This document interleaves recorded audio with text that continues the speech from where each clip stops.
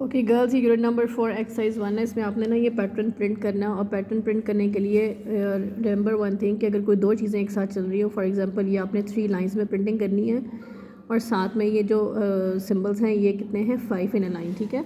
उसके लिए हम यूज़ करेंगे लूप। आप कैसे करोगे इसको? अगर यहाँ पे आपको कोई इशू आता है तो उसको आप सेपरेटली डिक्लेयर करते हैं, ठीक है, या ऊपर ही ले लेते हैं हम। यहाँ पे इंट आई और जे काउंटर वेरिएबल के आपके लूप्स हैं। एक हम लूप चलाएंगे आई 1 2 3, ठीक है, i is less than equal to 3, ये उसके लिए है जो लाइंस हमने प्रिंट करनी है। 1 से स्टार्ट करना, लेस देन इक्वल टू 3 और आई प्लस प्लस। और थोड़ा सा नीचे जाके ना मैं इसका लिख रही हूँ कि इसने प्रिंटिंग क्या करानी है, प्रिंट एफ बैकस्लैश n। इसके बीच में हमने एक लूप लगाना है, नेस्टेड लूप हमारा एक लगेगा, वो हमारा होगा जे से स्टार्ट और जिसमें इसके सिंबल्स प्रिंट होंगे। J is equals to 1, j less than equal to 5 and j plus plus. और उसके हमने अंदर क्या प्रिंट करवाना है, ये एस्ट्रिक्स। ठीक हो गया। इस लूप को अंदर वाले को पहले आप यहाँ क्लोज़ करोगे, उसके बाद आप बाहर वाला जो सीन है उसको क्लोज़ करोगे जो आपका वॉइड मेन यहाँ से स्टार्ट हुआ हुआ है। ये फंक्शन नहीं था, ये सिंपल एक प्रोग्राम था। एक्सरसाइज 4 में फंक्शंस नहीं है। ये आपके लूप वेरिएबल्स हैं। एक हमने लूप चलाया 1 से लेकर 3 तक और उसके लिए हमने क्या किया, ये लाइन इंसर्ट करेगा बैकस्लैश n और अंदर वाला जो लूप है वो क्या प्रिंट करेगा, एस्ट्रिक। ये छोटा सा आपका प्रोग्राम था प्रिंटिंग का। ये एक्सरसाइज आपकी 1 ही है जिसका ये बी पार्ट है और जिसके अंदर आपने पैटर्न जो प्रिंट करवाना है ना वो कुछ ऐसा है, ठीक है। इसमें आपकी 1 2 3 4 5 लाइंस हैं और सेम ही बिल्कुल वैसे ही लूप चलेगा जैसे हमने पहले इसको इम्प्लीमेंट किया था। फॉर मैं यहाँ पे ऊपर डिक्लेयर कर लेती हूँ इंट आई और जे। यहाँ पे भी हमने दो ही लूप्स लगाने, एक आपकी लाइन प्रिंट करेगा और एक आपके करेक्टर्स प्रिंट करेगा, ठीक है। आई को स्टार्ट करते हैं 1 से, आई लेस देन इक्वल टू 5, इसको मैंने लाइन्स प्रिंट कराने लगी हूँ। और यहाँ पे करेंगे आई प्लस प्लस और थोड़ा सा नीचे मैं यहाँ पे प्रिंट एफ स्टेटमेंट लिख रही हूँ इसकी। और इसमें क्या प्रिंट कराना है हमने, जस्ट बैकस्लैश n, राइट। ये हमारा फॉर लूप यहाँ पे ख़त्म हो गया, यहाँ से स्टार्ट होके यहाँ पे। अब नेस्टेड करना है इसको। नेस्टेड के लिए एक लूप हमने अंदर लगाना है, for j is equals to 1, j is less than equal to i. First time कितनी दफ़ा चलेगा, 1 टाइम। और क्या प्रिंट करेगा, करेक्टर ए। और करेक्टर ए कहाँ से आएगा, उसके लिए हम क्या करते हैं, करेक्टर डेटा टाइप का एक करेक्टर डिक्लेयर कर लेते हैं और उसमें ए सेव करा लेते हैं, ठीक है। यहाँ पे हमने करना है जे प्लस प्लस और यहाँ प्रिंट एफ स्टेटमेंट में हम क्या लिखेंगे, %c और यहाँ पे क्या प्रिंट करो, ए, ठीक है। सी प्रिंट करो और सी में कर दो प्लस प्लस। इसका फ़ायदा क्या होगा, ये वाली जो स्टेटमेंट्स है ना ये आपने इसके अंदर लिखनी है। फर्स्ट टाइम वो जब चलेगा ना 1 से लेके 1 तक, यानी फर्स्ट टाइम वो %c करेक्टर सी प्रिंट कर देगा, आपका ए प्रिंट हो गया, ठीक है। नेक्स्ट टाइम जब लूप चलेगा आपकी नेक्स्ट लाइन के ऊपर जंप कर गया, नेक्स्ट ने करना है C प्लस प्लस। अब ये नेक्स्ट टाइम 2 टाइम्स चलेगा, उसके बाद 3 टाइम्स चलेगा, उसके बाद 4 टाइम्स चलेगा, उसके बाद 5 टाइम्स चलेगा। अंदर वाला लूप ऐसे काम कर रहा है। जब पहले बाहर वाला लूप एक दफ़ा चलेगा तो अंदर वाले लूप ने पहले एक दफ़ा चलना है, फिर बाहर वाला लूप सेकंड टाइम जब चलेगा तो अंदर वाला 2 टाइम्स चलेगा, ठीक है। आपका बी और सी प्रिंट हो जाएगा। ये C plus plus make sure कर रहे हैं इस चीज़ के बारे में कि हमारा जो ए का होता है ना वो आस्की कोड 65, नेक्स्ट टाइम उसमें +1 करेंगे तो वो 66 हो जाएगा जो बी का आस्की कोड है, ठीक है। तो C प्लस प्लस क्या होता है, यानी कि सी में एक नंबर प्लस कर दो, 65 66 67। समझ आ गई होगी आपको, ये पैटर्न ऐसे प्रिंट होना है। एक्सरसाइज 2 है ये हमारे यूनिट नंबर 4 की और इसमें ये काम करना है आपने a⁻b कैलकुलेट करनी है जैसे हम कर रहे हो 5⁻2। ये मैंने आपको फंक्शंस के साथ कल करा दी है, ठीक है। तो इसमें से जो नीचे वाली चीज़ें ना इसको बेस कहते हैं, ऊपर वाली को एक्सपोनेंट। लेकिन यहाँ हमारी मजबूरी है कि क्वेश्चन उन्होंने a और b मेंशन कर दिया, ठीक है। तो आप a को बेस समझेंगे और b को एक्सपोनेंट समझेंगे। यहाँ पे आप 2-3 चीज़ें लेंगे। मैं वॉइड मेन वगैरह कुछ नहीं लिख रही, डायरेक्ट वॉइड मेन से ही स्टार्ट करी क्योंकि ये फंक्शंस नहीं है। तो ये वॉइड मेन के अंदर जो भी कुछ आएगा ना वो ऐसे होगा।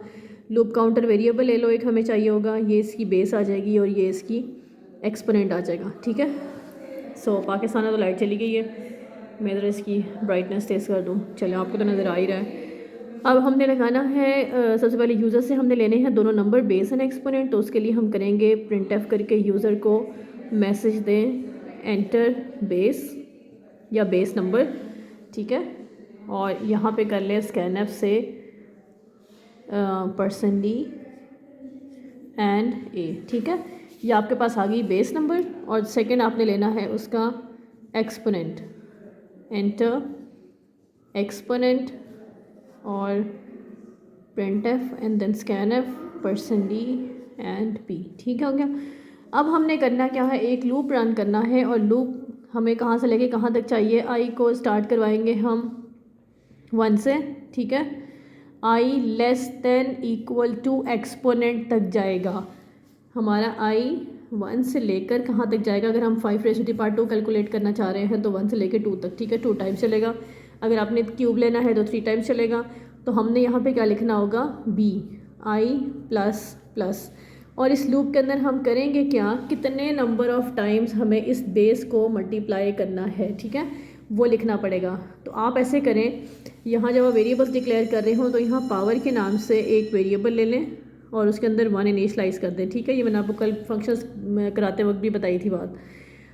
और यहाँ पे हमने पावर कैलकुलेट करनी है, power is equals to power multiply by a, ठीक है। आपका लूप एक्सपोनेंट तक चलेगा और मल्टीप्लिकेशन आपकी बेस नंबर की होगी, नंबर ऑफ़ टाइम्स जितनी उसकी पावर में गिवन है। चलें जी, और इसके बाद आपने रिज़ल्ट में क्या प्रिंट करा लेना है, printf, वो आप जैसे मर्ज़ी लिख लें, this raise to the power this, जैसे मैंने कल करवाया था, या आप रिज़ल्ट लिख लो, जैसे आपका दिल करता है उसको कर लो, %d और यहाँ पे आपकी आ जाएगी, सॉरी ये कॉमा है, पावर।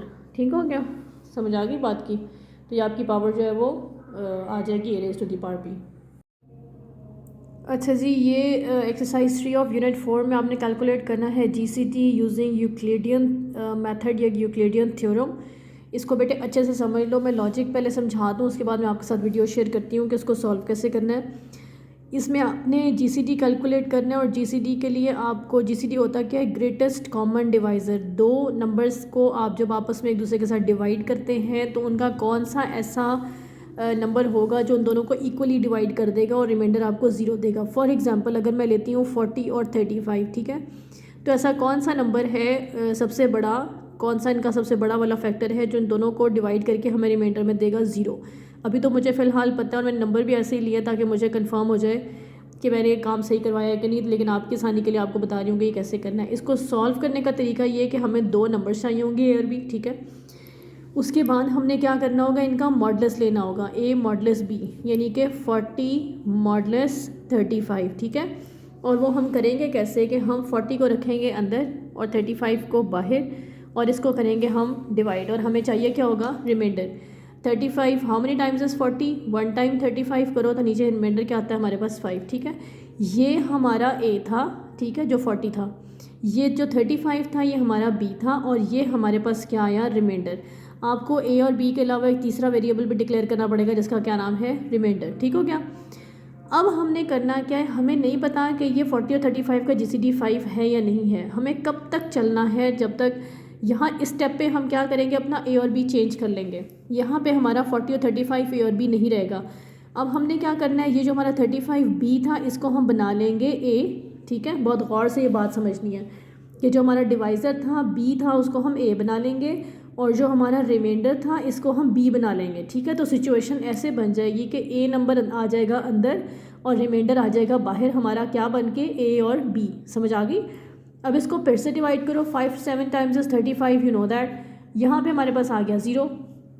अब ये हमारा नेक्स्ट बनना है a और ये हमारा बनना है b, लेकिन हमने यहाँ पे चेक रखना है इफ़ कंडीशन के थ्रू। अगर हमारा b 0 हो जाता है तो आप वहाँ पे स्टॉप कर दो, आगे फर्दर डिवीजन ना करो। ये होगा जितनी लंबी मर्जी आप डिवीजन कर लें, एक वक्त ऐसा आएगा जब आपका b जो है वो 0 हो जाएगा, ठीक है, फुली डिवाइड हो जाएगा। तो उस वक्त आपका जो ये चीज़ आएगी, उसका जो आपका ये b वाला नंबर होगा, इस वक्त हमने इसको a बनाया नहीं है, ये इसको b है, ये वाला रिमाइंडर है और वो b है। तो ये हमारा क्या हो जाएगा, ग्रेटेस्ट कॉमन डिवाइज़र। एक ऐसा नंबर, एक ऐसा बड़ा नंबर या फैक्टर जो दोनों नंबर्स को जो गिवन है उनको डिवाइड करे और आंसर हमें क्या दे, 0। समझ आ गई बात की। अब इस फंक्शन को कर लेते हैं। हमें जो वेरिएबल्स रिक्वायर्ड हैं एक्सरसाइज 3 ऑफ यूनिट 4 है, जिसमें हमने GCD कैलकुलेट करना है, उसकी बात कर रही हूँ, ठीक है। मैं आपको प्रोग्राम बना के दिखा देती हूँ उसका कैसे करेंगे। 2 हमें नंबर चाहिए a और b, और तीसरी हमें क्या चीज़ चाहिए, एक रिमाइंडर चाहिए, ठीक है। 3 वेरिएबल हमें रिक्वायर्ड हैं। अब हमने यहाँ पे, मैंने आपको वाइल लूप के साथ काम नहीं कराया हुआ, लेकिन यहाँ पे वाइल लूप जो है वो सबसे ज़्यादा सूटेबल है काम करने के लिए। जब तक हमारा b ग्रेटर देन 0 रहता है, वाइल का मतलब ये, जब तक बी ग्रेटर देन 0 रहे, ठीक है। वाइल लिखते हैं और बीच में उसकी कंडीशन लिखते हैं। ये देखो यहाँ ऊपर मैंने जब आपको समझा रही थी तो मैंने बताया था लास्ट वाला बी हमारा ये था, ठीक है, मतलब 0 नहीं हो जाता जब तक हमारा बी। अब हमारे नेक्स्ट ये बनाना था, देखो ये हमारा जो बी था ए बनना था और ये हमारा रिमाइंडर 0, जो रिमाइंडर था वो बी बनना था, तो बी 0 हो गया ना। यहाँ मैं कंडीशन लगा रही हूँ जब तक हमारा बी ग्रेटर देन 0 रहता है। इसको आप ऐसे भी लिख सकते हो, इस कंडीशन को बी नॉट इक्वल टू 0, पढ़ा था ना लॉजिकल ऑपरेटर, ये कंडीशन ऐसे भी लिखी जा सकती है। अच्छा जी, तो आप क्या काम करते जाओ, ए मॉडलेस बी करो और उसको कहाँ सेव करो, रिमाइंडर में, ठीक है।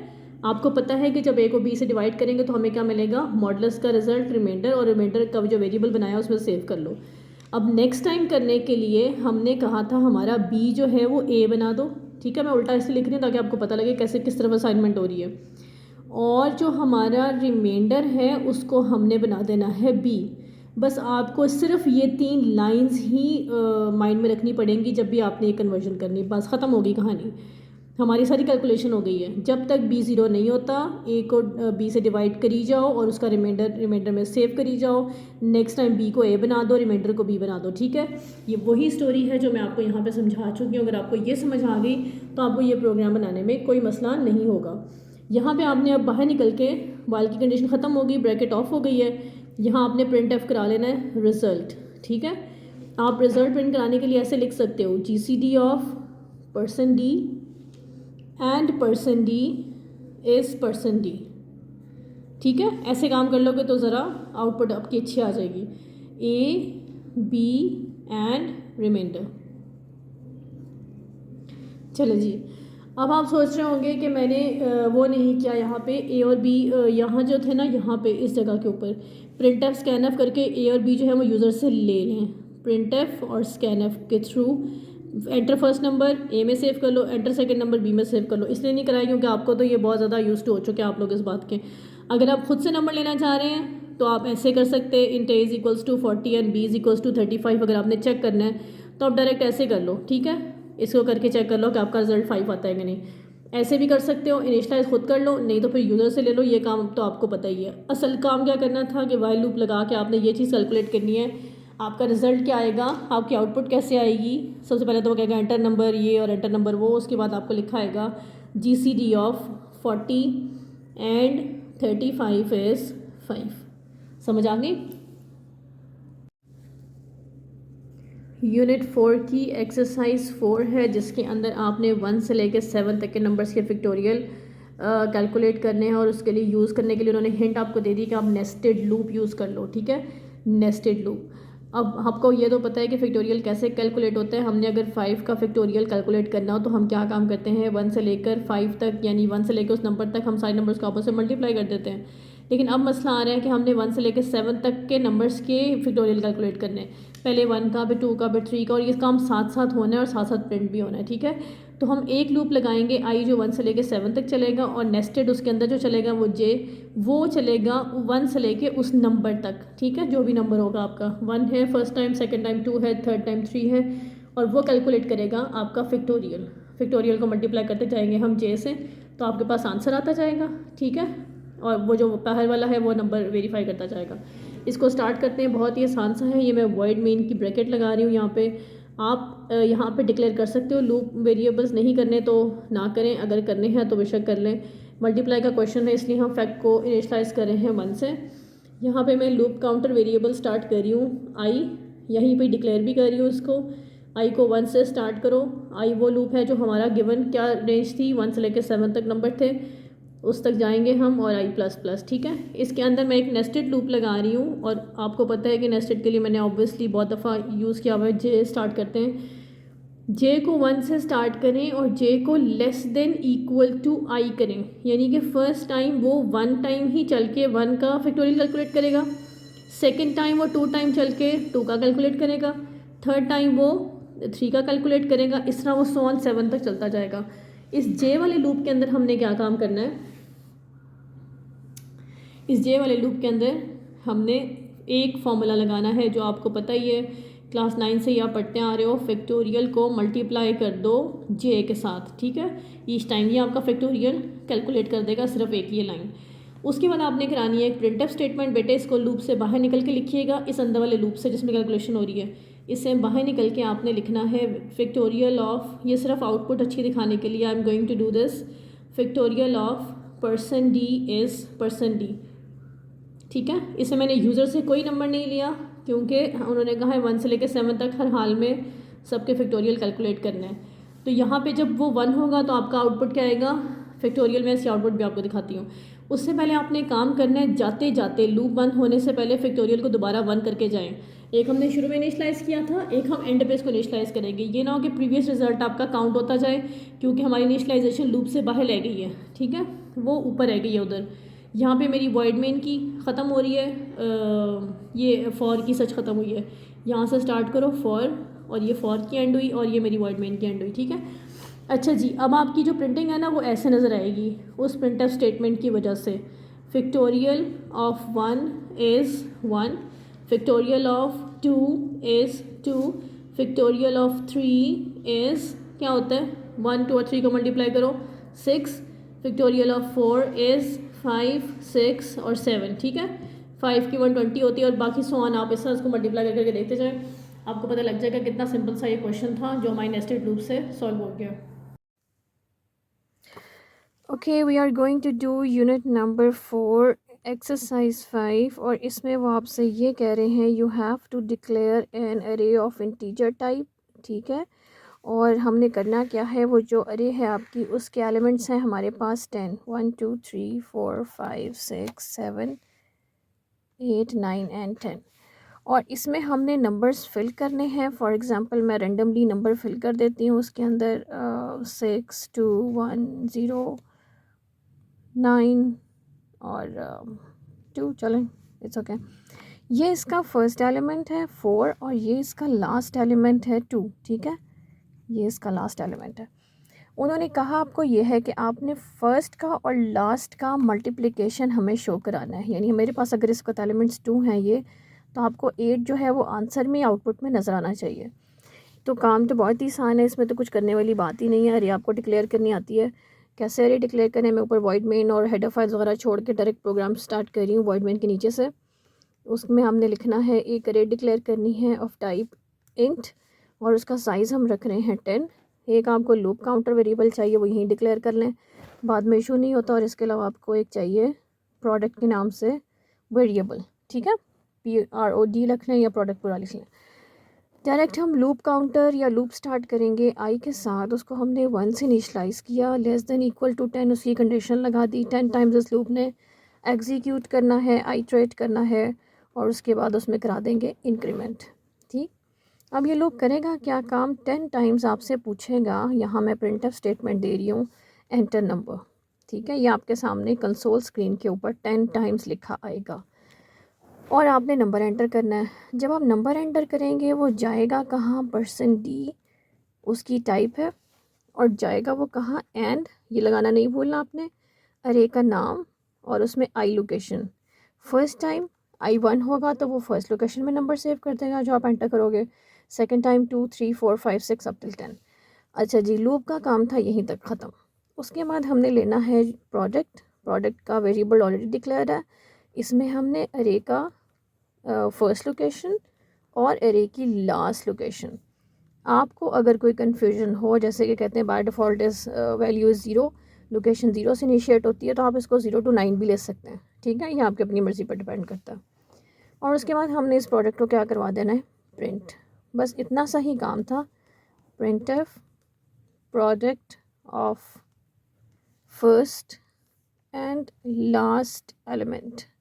लिखना चाहें तो लिख लें, नहीं लिखना चाहते तो बेशक ना लिखें। ठीक है, product of first and last element is percent D. ये आपके डबल कोट्स क्लोज हुए और यहाँ पे उस वेरिएबल का नाम जिसके अंदर आंसर है। ये आपका प्रोग्राम जो ना यहाँ पे ख़त्म है। मैं स्क्रीनशॉट इसका आपको सेंड कर दूँगी साथ ही। और यहाँ पे हम इसकी आउटपुट देख लेते हैं। आउटपुट में सबसे पहले आपके पास लिखा आएगा एंटर नंबर, जैसे वहाँ लिखा था वैसे यहाँ लिखा आएगा। आप जो नंबर देना चाहते हैं, अगर यही वाले जो मैंने ऊपर दिए हैं तो इसको दे के ट्राई कर लें। 4 फिर लिखा आएगा, फिर लिखा आएगा, कितने टाइम्स लिखा आएगा, 10 टाइम्स। जो लास्ट में होगा आपका वो क्या नंबर था, 2। जैसे ही आप एंटर प्रेस करोगे तो पूरी लाइन लिखी यहाँ पे आ जाएगी। Product of first and last element is, ठीक है, 8। समझ आ गई है? क्वेश्चन मुश्किल नहीं था, बहुत ही आसान था। आई होप आपको समझ आ गया होगा।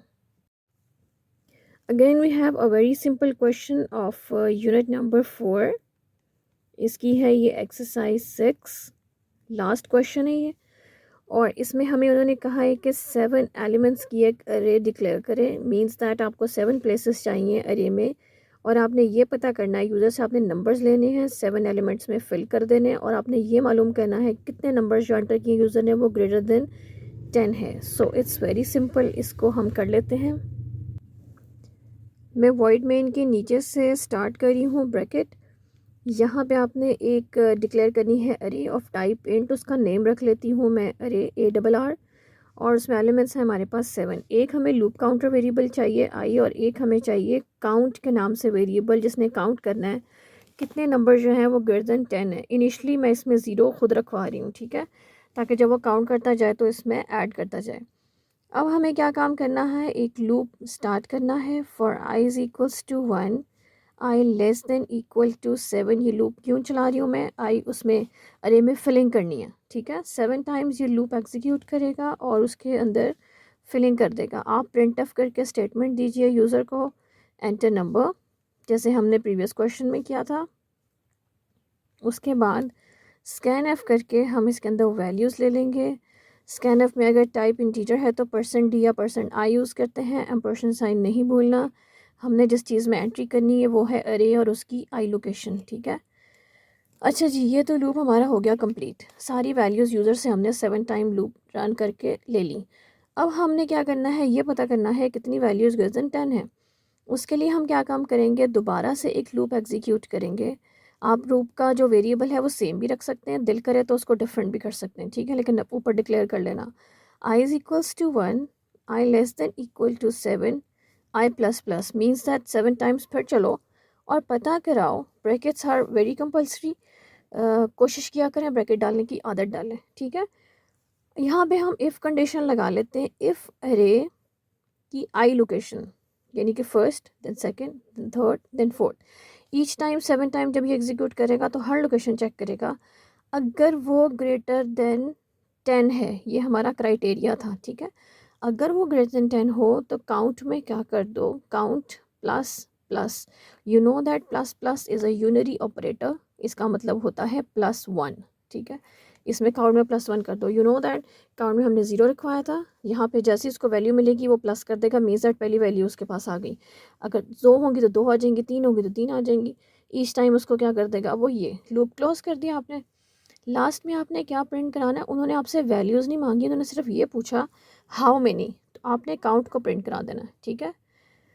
तो आप ये लिख सकते हैं values greater than 10 equals to %d, ठीक है। आप वर्ड्स में भी लिख सकते थे इसको %d, और यहाँ पे आप प्रिंट करवा दो काउंट, ठीक है। चलें जी, काम ख़त्म हो गया। ये आपका पूरा प्रोग्राम था। वॉइड मेन की ब्रैकेट यहाँ मैं क्लोज़ कर रही हूँ, जो मैंने यहाँ पे ओपन की थी वो इधर क्लोज़ हो रही है। ये अंदर फॉर की ब्रैकेट्स थी, ये दूसरे वाले फॉर की थी। 2 टाइम मैंने लूप चलाया। The first is for entering values, the second one is to check how many values are greater than 10, ठीक है। अब जब आप सारी वैल्यूज़ 10 टाइम्स उसको यहाँ यहाँ यहाँ यहाँ यहाँ यहाँ फिल कर दोगे तो जितनी भी वैल्यूज़ होंगी वो चेक करेगा कि दो हैं ज़्यादा या 3 है 10 से बड़ी या कितनी है। वो यहाँ पे कर देगा द वैल्यूज़ ऑफ जो ग्रेटर देन 10 है वो कितनी है, 2 है, 3 है, 4 है। जितनी आपने एंटर की होंगी वो अकाउंट की वैल्यू डिस्प्ले कर देगा आपको, ठीक है। प्रोग्राम का स्क्रीनशॉट मैं आपको सेंड कर देती हूँ।